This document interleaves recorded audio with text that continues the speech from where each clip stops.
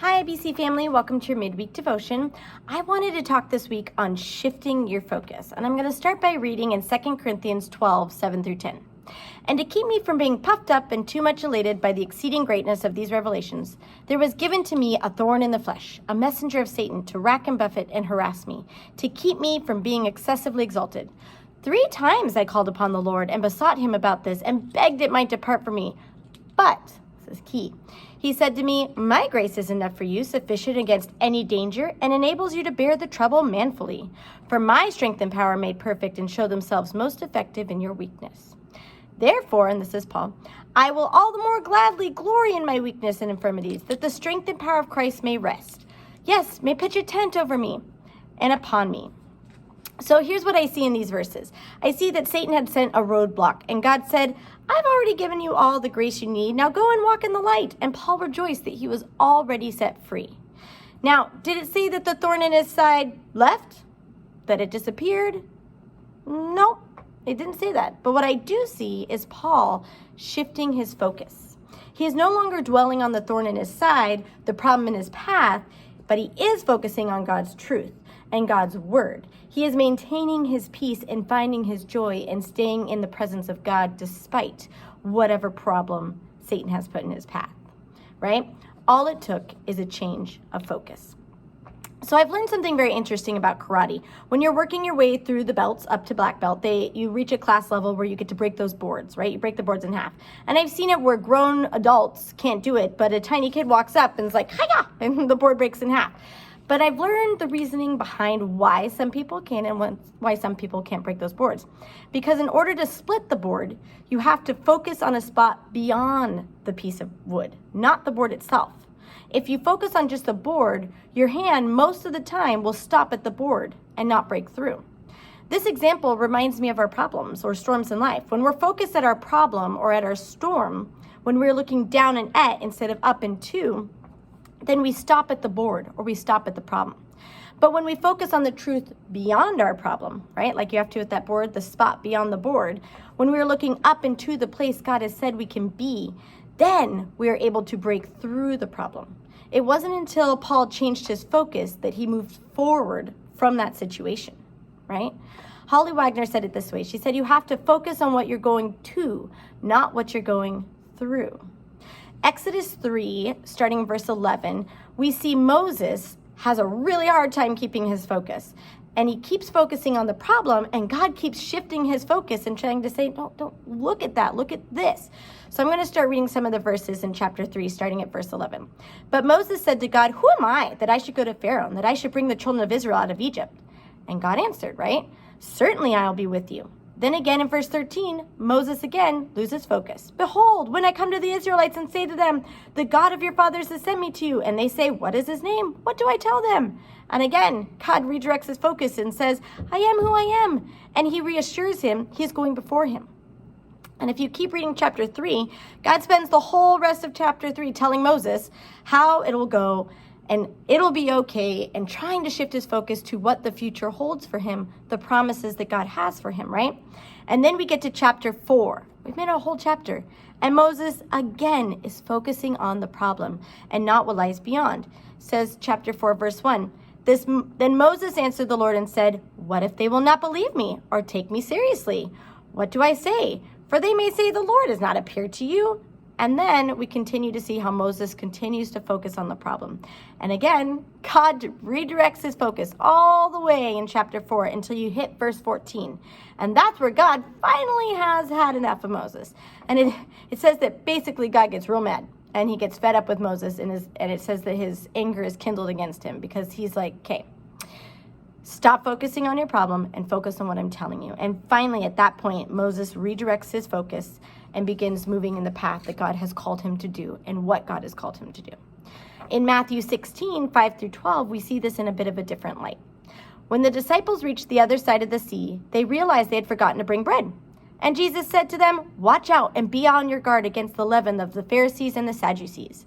And they began to discuss among themselves, saying, he said that because we did not bring bread. But Jesus, aware of this, said, you men of little faith, why are you discussing among yourselves that we have no bread? Right? God is saying, why are we talking about a problem that has nothing to do with where they're going, right? Do you still not understand or remember the 5 loaves for the 5,000? How many baskets you picked up? He's reminding him, we just fed 5,000 people with 5 loaves of bread, and you had how many baskets left over?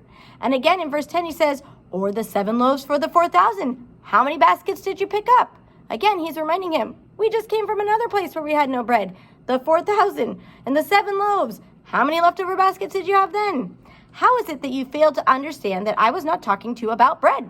But beware of the leaven of the Pharisees and the Sadducees.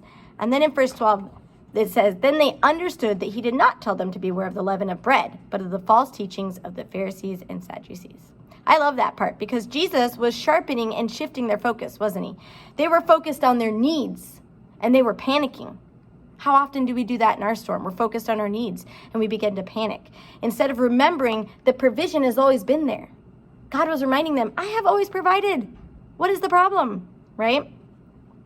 Jesus again had to get them to shift their focus, and he reminded them of how far they have come, what he had already done.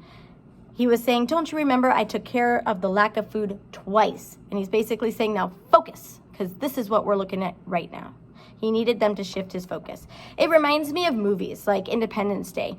So a real old movie. But if you remember when the aliens attacked, you had this lady who was running with her kid in the tunnel, and the fire's coming through the tunnel, and everyone is looking back at the fire and straight ahead. But she decides to stop, and she shifted her focus and saw there's doors over there. And she made a path to a different place that got her through the storm when no one else did, right? And you can think of people like MacGyver. Anytime there's a problem, everyone's so worried about the problem, the bomb, and he always stops and shifts his focus to everything that's around him in the room to help him get through the problem without focusing on the problem and having the panic that everyone else around him is having, right? Jesus feeds the 5,000. That was a problem. But they had bread and fish. And Jesus said, great. The lady with the jar of oil, she is one that I really enjoy reading about because she was so focused on her problem, which was real and huge. She was about ready to sell her sons, right? But she didn't see the provision that God had already had for her. I like how Priscilla Schreier worded it this way. She said, if only she would have become as invested in expecting God's answers as she'd been invested in lodging her complaints. It's all a shift of focus, right? That's how you find joy in the midst of trials. The Bible tells us to count it all joy when you fall into various trials and tribulations. That's how you can do that, when you shift your focus.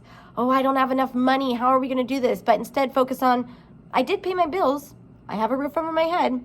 I am feeding my family. Focus on what you do have, on what you've come through. And then you need to bypass the problem that's in the present and look to where you are heading towards, right? That is how you find joy, how you keep joy, and how you walk in joy even in the midst of the darkest storms. I want to leave you with one last example. Pastor spoke this Sunday on Abraham and Lot. And there's a portion of that story that just shows why shifting your focus is so important. It's in Genesis 13. Abraham and Lot were arguing over there not being enough space for all their herd and their flocks, right? And Abraham said, okay, Lot, you go one way and I'll go the other, so we'll have enough room. And then Lot, who was family, a loved one, someone that Abraham had cared for, took the best for himself and left Abraham with the inferior portion, the bad portion, right? How many of us have ever faced a storm like that, where family or friends have disappointed or rejected us or gave us the short end of the stick, right? But then watch what happens in verse 14 and 15. The Lord said to Abram, after Lot had left him, now lift up your eyes and look from the place where you are standing, northward, southward, eastward, and westward. For all the land which you see, I will give to you and your descendants forever. Abraham could have dwelled on the problem.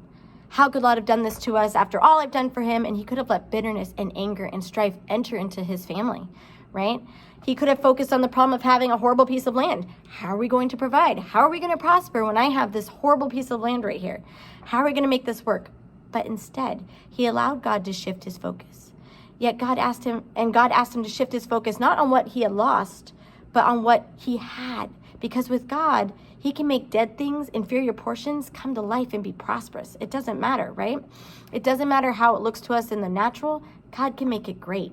And he told Abram to shift his focus. Look up, westward, northward, southward, eastward. And he chose to help Abram focus on what was going to come, right? So this week, as you look at your storm or your trial or your problem, let God shift your focus and look beyond. Let the hope of what lies ahead fill you with joy and peace. And let the remembrance of the provisions he has already provided secure that joy and peace in your heart this week. Have a great week. Bye.